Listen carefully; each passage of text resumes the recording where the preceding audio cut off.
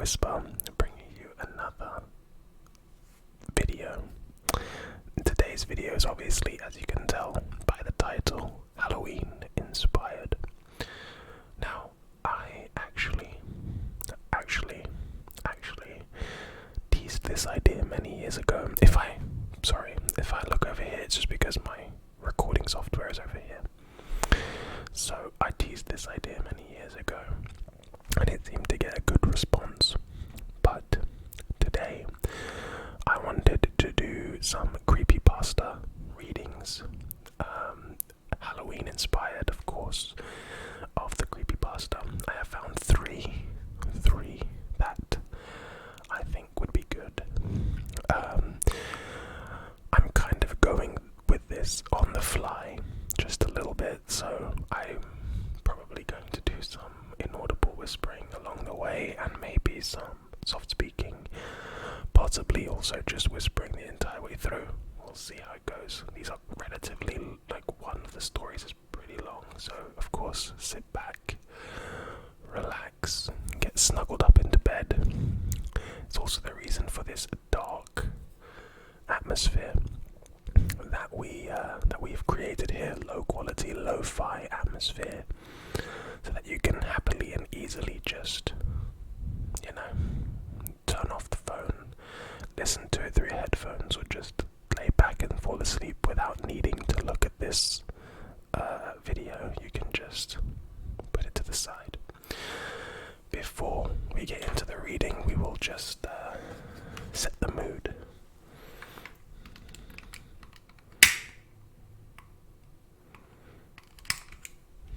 A little candle for the spooks. So we'll just put that back here, just in the vision of there. So without any further ado, now that we've set the mood, we will get into the first story. The story is called Always Check the Candy by Matt Ralston. All of these will be in the description down below, the links if you want to go read them yourself. So, always check your children's Halloween candy. Always. I'm not saying this to fearmonger. To tell you the truth, I realise that most of the candy handed out on the holiday is likely purchased at Walmart the day before and shoved into a plastic pumpkin-shaped bowl. You probably have realised that most sane people don't poison candy or put glass in it, or whatever cautionary urban legend you've heard.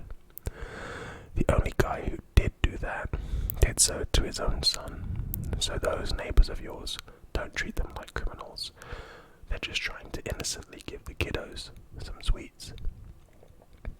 This warning regards a phenomenon that has no apparent origin. What I mean is, no one is really sure of where it comes from. The candy in question isn't even so. You can't purchase it at any stores, and looking it up online results in no results. The candy, this aforementioned phenomenon, appears to be that of a cinnamon jawbreaker, not to be confused with the Atomic Fireball brand or any other similar sweet. It may resemble a red tinted gumball or a red lollipop with no stick. The point being, it's rather generic in appearance, which makes it tricky to spot the real deal. The candy is sometimes branded under H.H. Sweets Company, a corporation that doesn't exist, at least not one registered by any agency since 1999. If you search the internet, you might find some H.H. Sweets businesses, but I assure you they aren't the real deal, merely a namesake coincidence. If the label carries the H.H. name, beneath it a tagline will read something to the effect of hot as hell, sweet as heaven. Not all of the candies sport the branding, but it certainly helps to spot it. This is why I advise, if you find yourself or your kids with an unmarked red candy, the safest bet is to throw the sucker away. Documentation of the phenomenon is the possibility that it's gone on for far longer. As of this recording, a known 9 people have ingested the candy, 4 of which being children under the age of 18. Each case has happened on October 31st, with the most cases occurring during 2016, with a total of 3 victims. The only clues as to the candy's appearance and branding is through the eyes of witnesses and subsequent investigations of any nearby and unopened candy wrappers. Each of the victims' corpses, aside from the heads, remain untouched. The heads, however, are where things get strange. Each of the heads is completely burnt like a used match. This would make identification of the victim troublesome, except for the fact that fingerprint analysis lent itself fittingly to the nature of these deaths, considering the hands of the deceased were completely intact. None of the victims were related in any way, with the only exception being a father and his 9-year-old daughter, Andy and Mary Kay Winfield, from Lexington, Virginia.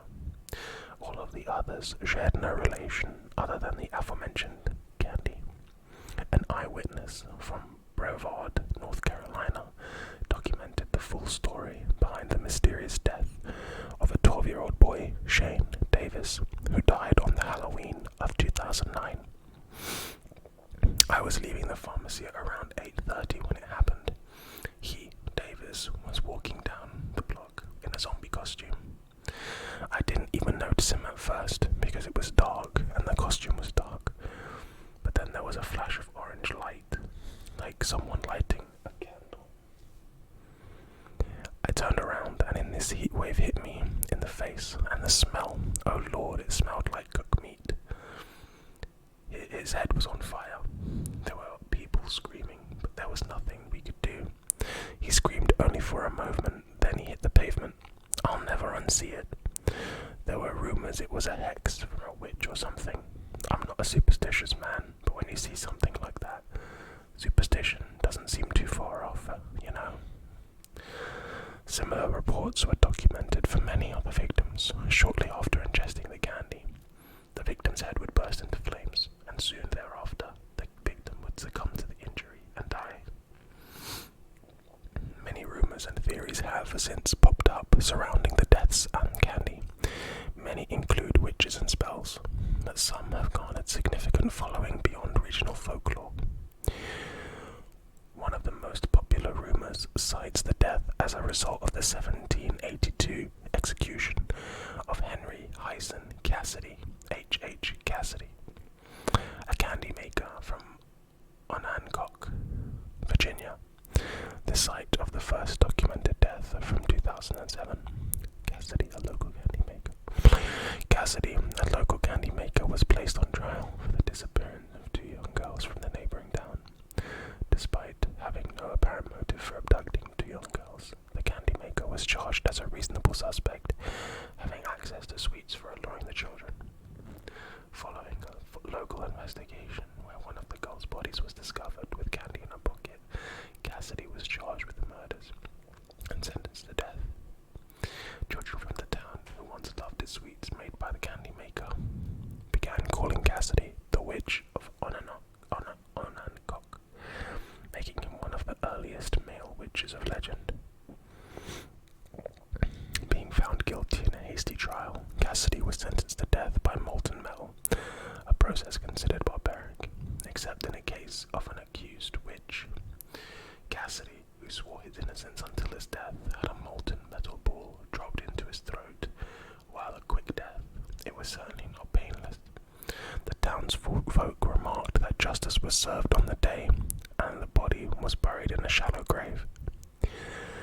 Given that Andy and Mary Kay Winfield were also from Virginia, many speculated that the spirit of Cassidy returned to punish those responsible for his death, using his signature candy as a way to torment the descendants of his accusers. The name, too, H.H. Cassidy, would explain the name on the wrappers H.H. Sweets. Another popular theory is usually referred to as the Jack-o'-lantern story, based on the Irish myth Stingy Jack tricked the devil on multiple occasions, resulting in his banishment from hell, as well as heaven, as he was a trickster at heart. The man forced to roam the earth lit coal within a turnip, and had been using it ever since to light his eternal path. The story clearly rooted in the Halloween tradition of carving jack-o'-lanterns has been used to explain their candy too. Stingy Jack, as he's referred, seeks out souls to join him in his eternal punishment. The candy, which burns the head of its consumers, turns them into a somewhat crude jack-o'-lantern. This would explain the fiery demise of the victims, as well as its connection to the celebration of Halloween. In conjunction with the Stingy Jack narrative, there are some who conclude the candy is the work of the devil himself, tormenting unsuspecting holiday celebrators with death merely just for the fun of it. A rather sick trick, yes, but then again, mischief is commonplace in the celebration of Halloween. As for this theory, the HH label would stand for Hell's Hottest or some other variation of the Hell alliteration. Despite these varying backstories to the candy, there is far more grounded explanation that may have subscribed to. Rather than reading into the HH Sweets mythology, some conclude that HH Sweets is precisely what it claims to be, a candy company. The motive for committing these crimes is, at large, still a mystery, but this theory cuts out the claims of ghosts and devils, suggesting instead that a select few sickos had the willpower to conjure up sweets with the intent to kill. In the end, no one theory is correct, at least not one that can be confirmed by traditional means. A candy that is, for lack of a better term, supernatural, can only be explained by the supernatural, making it extremely difficult to verify any of the information regarding it. If you wish to avoid the grisly results of the candy, it is advised to always check your children's Halloween candy. Better yet, avoid the trick-or-treating tradition altogether, or, if you're highly concerned, perhaps it would be best to simply skip Halloween altogether. That was story 1. Always check the candy by Matt Ralston. Again, linked in the description down below. And now, let's move into the next one. This next one is called One Bountiful Halloween by Matt Ralston. Again, linked in the description below. This was actually an entry into some form of Halloween story contest, so it could be pretty good. So, let's get right into this. I leaned back, appreciating the handiwork of the birdhouse I had quite literally placed my last nail into, my eyes squinting into the late October glow of an orange-yellow sunset, followed the horizon to the apple tree planted directly out of my farmhouse. I spit one leftover nail onto the wooden porch deck as I meandered down the front steps and over to the broad tree, draping the birdhouse on one of its branches. You'd never know it was an apple tree unless I pointed it out. The poor thing had been barren for months, and I feared one more harsh winter would be the end of it. Sometimes a painful memory to look at that tree. My late wife Marge and I planted it decades ago. We'd always pick the freshest fruit from it, picnic in the shadow of its branches, and enjoy some of her sweet apple pies. She always made the best pies. But now, the tree was dying. I had neglected it, and the rest of my land followed suit. Everything was dying, if truth be told. The only critters that wouldn't die out were the damn rats. As hard as I tried, no matter how much rat poison and sugar I sprinkled on the porch, they wouldn't go away. Eventually I just gave up on them. I had lost most of my motivation after March passed, and this lack of care extended beyond the crops and trees. I hadn't shaved in weeks, and half the time I didn't bother to shower. It was just me out here after all. The silence, in place of her laughter, and the rattling of her pots and pans was deafening.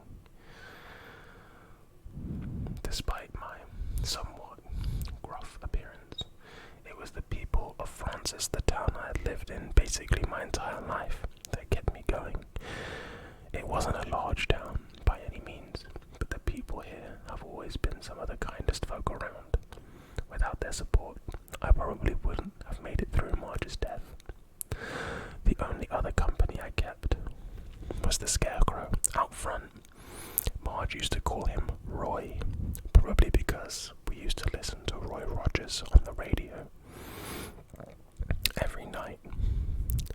Roy's been standing in the same spot for the past 7 years, and I think most of the crows have already caught on to my straw man trick.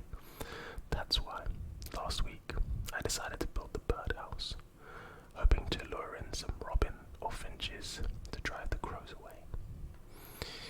It was sad. It seemed that even Roy was dying too. After I had fed the cattle and watered my garden, I decided to call it a night. Despite the festivities elsewhere, you'd be hard-pressed to find even one trick-or-treater in these parts. I skipped dinner, as I sometimes do, and began to head to the bedroom, stopping into the kitchen for a cup of tea and to click the light off, and that's when I saw it. Or rather, didn't. Roy wasn't in his usual perching spot. The cross was still standing, but the scarecrow was nowhere to be seen. I shuffled over to the window for a closer look, assuming the blasted thing had just fallen due to the wind, but didn't see it anywhere. Then there was a knock at the door. I was hesitant at first. Who in their right mind would have come here at 9:30 at night? Surely no kids from town. I doubt there even are any kids in this town. Who is it? I said, pressing my ear against the wooden door. No response. Look, I don't want any trouble. If there's some kids out there, you best be heading home. I don't have any candy, sorry. Nothing. Then the knocking came again. It was louder this time. Finally, and frustratedly, I pulled open the door with a squeak, and standing there in the doorway was Roy. He was standing all by his lonesome, a dead look still in the buttons he dawned his eyes. Beneath his sack-covered face, a faint mumbling pushed through the fabric. I fumbled back in shock and watched as the scarecrow dragged itself into my house. I would have said something to it, but no words choked from my lips, which were now dry and quivering. As the scarecrow flopped into the kitchen, I could hear the rattling of drawers and bowls, some crashing on the floor, before a voice echoed from behind every wall. "Ah, much better," it said in a relieved, raspy tone, as the muffled hobbling sound of straw-filled legs pattering across the wooden floor approached the doorway. In stepped the scarecrow, the stitching on its mouth now cut open by one of Marge's kitchen knives. Its mouth was formed into some sort of smile. As it stepped closer, I stepped away. I thought this would be a familiar and more comfortable form to approach you with, Peter. The thing read me like a book, with those black button eyes. It could tell I was panicked. There's no need to be afraid, but I guess this form was a bit anomalous. Hindsight is always 20/20, so please forgive me if I startled you. The scarecrow hobbled back into the kitchen, and after but a moment, a familiar face emerged, holding a cup of tea. I must have cried before becoming hostilely angry. It was Marge. I recognized her the instant we locked eyes. Something within me brought me to tears, but I hastily snapped from my loving gaze, wiping a tear from my face. That wasn't my wife. You aren't my wife, I sternly said. Whatever was wearing my wife's face couldn't hide its regret, now plastered across it. Oh, that's just great. I always try to keep from scaring people, but it seems my efforts always become more frightening. It said in my wife's voice, "You humans are a complex breed." My wife's face began to rot, her flesh slipping off the bone. Her eyes started sinking back into her skull before her clothes were drained of all colour, eventually turning black as the night sky. Her now black garment flowed longer, and eventually it touched the ground. hands dried up around the cup of tea, leaving nothing but bone behind. And that's when the true nature of the presence made itself known. It was the Reaper. My back hit the wall as I shook in my boots. I didn't believe that this thing even existed, but here it was, standing in my living room. It was difficult to get a good look at it, but it was the Reaper. A skeleton shrouded in a dark robe, now holding a scythe that touched the ground. I tried to make eye contact with it, at least where eyes should be, but even looking at the face of death played painful tricks in my head, which was already throbbing in its presence. Forgive me, mine child. Thou may find it most difficult to look upon this form. I mean not frighten thou, but now, as thou conceiveth, I am he thou called Death. The figure's voice was deep, rattling my bones and echoing in my mind. It must have noticed my discomfort, as my back was still firmly pressed against the wall. I hast taken many forms over the millennia, but thou humans seem to recognize me as the Reaper, and as he, I appear before thou now. The empty-socketed skull disappeared into the dark shroud, and within an instant a new face emerged. A somewhat pudgy, pale, middle-aged man, lowering the black hood with meaty, hairy arms. Sorry, he said, I can only appear as that which is dead, as is my nature. The dead grass in your scarecrow worked quite well, as did your late wife, but those seemed most burdensome to you. You don't say, I sarcastically grunted, letting out a nervous breath with a wipe across my damp forehead. Hopefully this form is more palatable to you, he said, handing me the cup of tea as I shuddered. This face was that of a 37-year-old by the name of Jim Johnson. Jim was a risk analyst. You know, the guys that do background checks before you get insurance. Funny enough, poor Jim died because he failed to background check his own girlfriend, a somewhat sociopathic little lady with a background excluding battery and grand larceny. Both of those charges from a previous relationship where she mutilated her ex-boyfriend after overhearing him talking to his sister. He stopped, noting I wasn't listening due to my trembling. My eyes were constantly shifting to the front door. Forgive my rambling, I do love a good irony. Now on to why I'm here. Why did you take Marge? I grunted, puffing my chest, even though I knew this Reaper was in no way intimidated by me. It was silent for a moment, probably grasping at straws within its head. There are things that are beyond that, which man should know. Why the sun rises and sets, why the birds fly in the heavens, why the Reaper must harvest the living. Your wife was but one of many taken that day. 155,142 to be precise. Her death was not personal, I assure you, but rather a part of a bigger plan, which neither you nor I can see. My only purpose is to collect those who have been selected, harvest the ripened crops. How the wheat is separated from the chaff is not my duty, nor is it my duty to select or ripen the crops. But you took her. You could have let her live. No, it spoke. I cannot tamper with the harvest. Many have tried to interfere, but their efforts were in vain. How? I said. The pudgy man's face, or whatever was underneath it, dryly chuckled to itself. You humans are so strange with your fascinations and celebrations.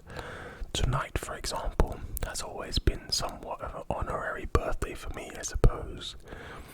It's your birthday. I asked. Confusion now spread across my face as I took a sip from the cup. Heavens, no.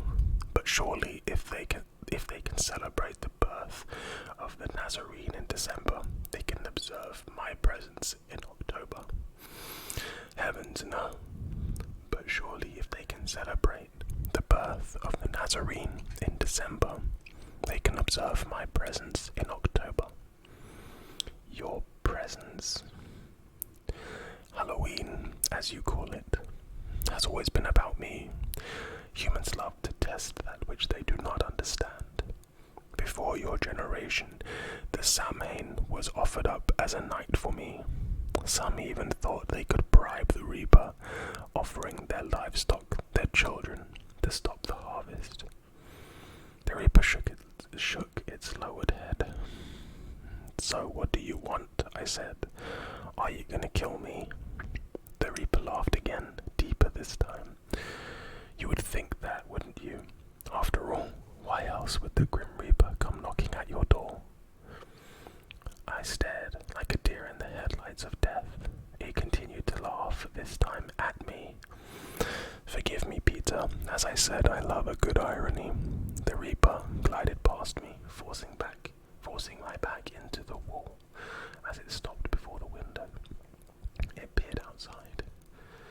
How ironic would it be that a man surrounded by so much death could offer up a tremendous amount of life? Who, me? I said, surprised. It nodded as it turned back toward me. Marge's poor apple tree, it said, shaking its head. It's withered and dying, just like you. I suppose I could have harvested you tonight, but that wasn't my intention. I'm here to spare a lot of people through you, Peter. I don't understand, I muttered, gripping the wooden table in the corner of the room. The Reaper glided closer to me until it noticed my trembling. If I wouldn't have come here tonight, what would have happened? I shook my head in confusion, lifting the cup of sour tea to my dry lips, taking a sip. You would have gone to bed, probably for but a few small hours, before waking in a hot sweat.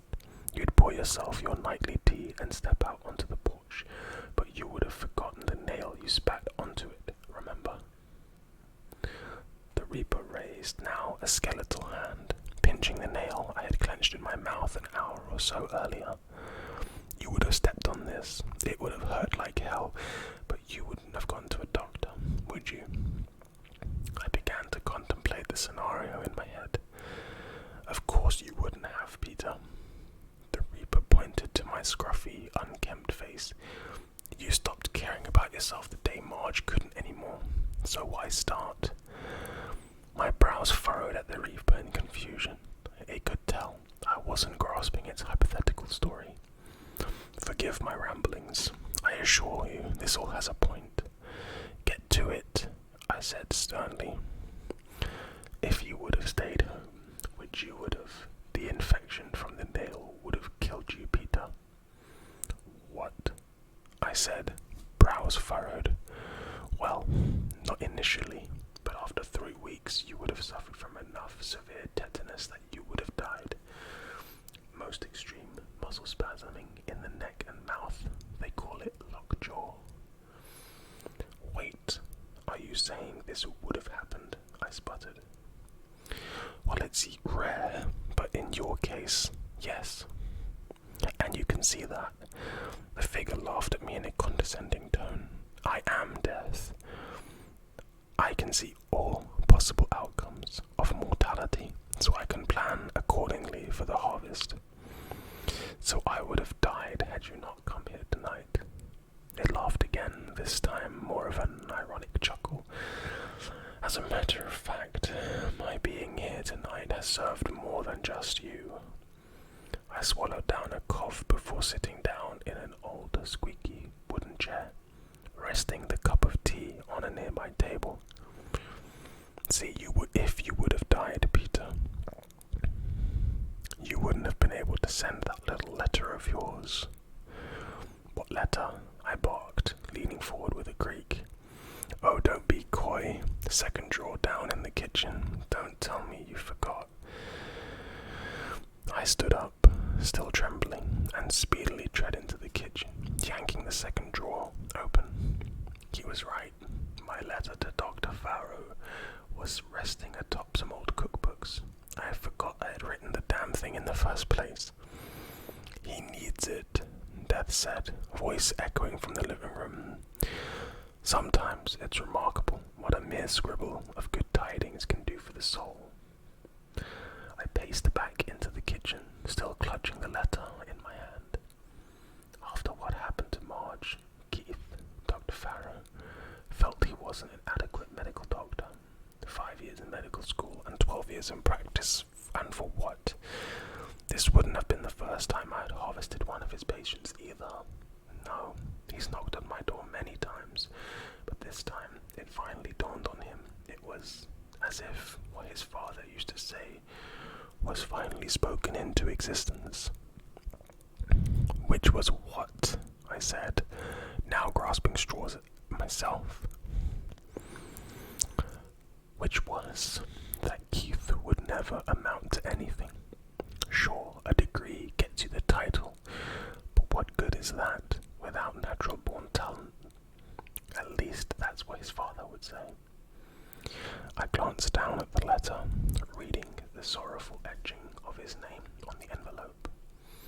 He would have knocked on my door one final time. Personally, that is such a shame. Suicide, out of anyone in the world, including myself, to harvest you, to be your own reaper, is another form of sorrow beyond that which most understand. You're saying he would have killed himself if I didn't send my letter? I said, the letter clasped between my sweaty fingers. More or less, the universe works in a very cause and effect way. For example, if you would have died, you wouldn't have sent the letter. If Dr. Farrow wouldn't have received the letter, he would have killed himself. If he would have committed suicide, his brother would have missed his second tour in the Navy for the funeral. And if that happened, Admiral Keaton would have died because Lieutenant Farrow wouldn't have been there to see the torpedo bomber. Wait, I said, what are you going on about? Cause and effect, Peter, like dominoes, or It's a Wonderful Life. You've seen that film, haven't you? I nodded. I know you have, Death said. You and Marge used to watch that every Christmas Eve. Death paused, looking at me, forcing my eyes to the wooden floor. Did you know that that movie almost didn't happen? I mean, everybody loves Jimmy Stewart, but if it wasn't for him quitting the Air Force, he wouldn't have made all those films. He would have died. Death nodded in response. You'd be amazed at what a small harvest can do. Even just the death of one person, like Marge's step-uncle, Harry. If he hadn't been harvested 2 days before she was supposed to leave for the University of Utah, she would have never been in the post office the day you two met. Love at first sight, I take it. That was a coincidence, I said. I caught her on the way out. No, the voice of Death interrupted. There are no coincidences. You were running late because your truck stalled out on the State Road 32. You couldn't get it repaired that day because Louis, your mechanic, had a family emergency. Remember? His niece suffered a stroke that morning, which meant you took the trek to the post office on foot. Those extra 14 minutes gave Margaret the time to catch you on the way out. Death drummed his fingers along the dusty windowsill, wiping the dust from the tips of his flesh-covered fingers. If death results in any action or reaction, I can see it. Something as simple as missing the bus could result in another world war. And trust me, you don't want to know how close your species has been to that. I rubbed my hair-speckled chin with my free hand, trying to sift through everything Death had told me. Dear Dr. Farrow, Death began, these last few months have been nothing but desperation without my Margaret. Somehow, I keep on living, knowing she's in a better place. She would have wanted me to thank you, not for anything else, but trying. You gave us hope. That's enough, I snapped, wiping another tear from my red face, letting out a dry cough and dampening it with tea. Death slowly glided toward me. I hadn't the energy to recoil in fear any longer. He bent down and kneeled before me. Without you, your letter, your world would have been thrust into the biggest, most bountiful harvest ever. Ever. What do you mean? I whispered under my breath. Let's just say Admiral Keaton needs to live. Without Lieutenant Farrow to protect him, he would have died, and Farrow wouldn't have been on tour with a funeral to attend. A funeral only you could have stopped, Peter. You and that letter of yours. I looked down into the somewhat crinkled letter, then back up at death. As much as it throbbed, somehow what he said finally made sense in my mind. That is, of course, if you'd be alive to deliver it. I froze, confused by a tingling sensation in my neck on account of the Reaper's changing tone. What are you getting at? The Reaper chuckled to itself. This time it was a laugh of malice. Cause and effect, Peter. I stood, my knees buckling, as I let out an exasperated cough. You said you came here to save me, save more than me. About that, I lied. Death grinned. I stopped myself from stepping any further, my knees jittering. I braced myself for another cough, peering at the Reaper through watery eyes. But the nail, you said if I stepped on it, I was just pulling stuff out of my ass, Pete. Come on, do you really think the Grim Reaper would want to help people? Please. And to think I was nervous about my impression. Impression, I coughed. The Reaper, rolling up its cloak sleeves, revealed a dark, tinted suit beneath it as it grinned at me through now polished teeth. Yeah, did you like it? He gleamed. I'm going for that old English feeling, you know, like the King James. Gotta stay in character while sporting your Halloween costume, eh? What are you talking about? I joked. Do I have to spell it out for you? He groaned, rolling his eyes. You get the honor of spending Halloween with the Prince of the Power of Air, the Father of Lies, and you can't even bother to keep up. Shame on you, man. I fell to the ground, grasping for breath. I could sense he was approaching, the click of polished shoes making their way across the wood flooring.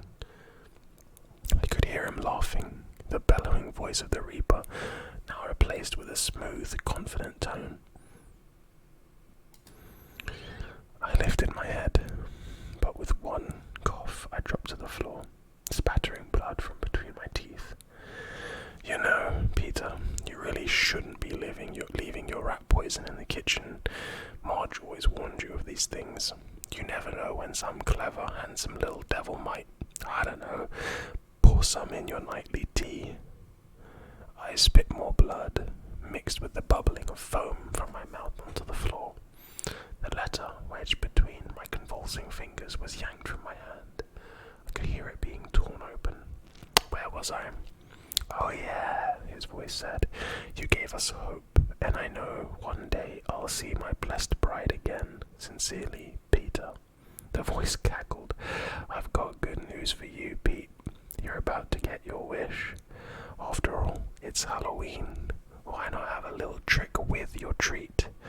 I lifted my head with the remainder of my strength in the shadow of the glowing moonlight cast from the window. I could see a figure standing over me, adorned with horns and a proud posture. My head fell against the cold wooden floor as I tried to cry out for someone, anyone. I knew no one could hear me. With a final breath, just as the moonlight turned to blackness, I could hear message from the visitor, a sly wink within his voice. Happy Halloween, Peter. See, that one was pretty good as well. I enjoyed it quite a bit. So now we'll get into the last story for today. And for this final segment, we will be doing soft speaking, as soft as possible. The last story is known as My Last Halloween by Beings. Again, linked in the description. Halloween used to be my favourite holiday. It was the one time of year you could be anything you wanted to be. You could draw out your darkest desires and display them for the world to see. No one would think you were odd for being the person you always wanted to be. There was no judgment for your choice of attire, and oftentimes you were commended for that choice. Then at the end of the night, you received a reward for your efforts in the form of a bag full of candy. I'm far too old to go door to door begging for treats, but I enjoy watching my children do the same. Weeks in advance, we let them pick up their costumes. They are far too young to delve into the ghastly and usually end up picking a character of a popular movie or TV show. I simply take my pictures and urge them onto each doorway. I always remind them to say trick or treat before the door opens. It's been this way for a few years now, but I'm starting to question the tradition, especially after visiting 113 Forest Road. This past year, we made the rounds of our local neighborhood. We made sure to only approach homes that had their porch light on, which was the unspoken rule. Our night had almost come to an end when we reached a home that had been vacant for the last 2 seasons. It was the largest within our neighborhood, towering at 2 stories when all others only had 1 level. It was a large brick Victorian monstrosity that may have once been beautiful, but the landscape had long needed work. It was the house most kids made stories about, and when we see the dim glow of that yellow bulb, I was unsure of letting my children approach. My oldest begged to ring the doorbell, and my youngest simply wanted more candy. I was outnumbered and relented to their pleas. My wife sat within the idling vehicle while I followed close behind. The 2 made their way up the steps, and I waited at the bottom. Like always, I reminded them of what to say. My oldest son held his brother's hand and pressed the lighted button. Ringing, much like church bells, echoed from within the house for a moment, before returning to silence. After a few seconds, they turned to me with questioning looks. I had noticed a moving truck parked outside the home earlier in the month and knew someone must live there, but I hadn't seen them. There was no car in the driveway, and I did not see any lights on inside. I started to think they were simply gone and left the light on in case it was dark by the time they'd returned. I waved to my children to come back to the car and told them we would just head home. The look of disappointment on their faces told me they were not ready to end the night just yet. Their faces lit up as the door creaked to life and a voice beckoned to them to wait. Trick or treat, they both screamed with excitement. A feeling rolled in me like thunder, and a signal of danger rang in my head. Something wasn't right. If they were home all this time, where was the car I had seen sitting in the driveway the last few weeks? I instinctively advanced onto my 2 children, taking the steps in leaps. A feeling inside me told me they should not go toward that voice, and I called for them to stop as they turned toward the door. I choose both. The voice seemed strained, like that of a lifetime smoker. 2 ragged hands shot from the parted pathway and drew both of my little boys inside. Their screams echoed in my head. My adrenaline shot me forward, but my body slammed against the closing door. I pounded repeatedly, screaming obscenities of every nature. My body shook violently as my world became a spiral of despair. The whole scene drew the attention of my wife, and soon she was right behind me. In an effort to find the entry, I took a step back, lifted my right foot, and dropped it full force into the hard wood. The door frame shattered, allowing the barrier to fly freely into the darkness. I cried out in terror for my little boys as I rushed through each room. My entire reason for living had been snatched up in an instant, and I had been too late to stop it. When the house had been searched completely with no results, my wife phoned the authorities through wails of agony. We both held each other until sirens lit up our tiny neighborhood.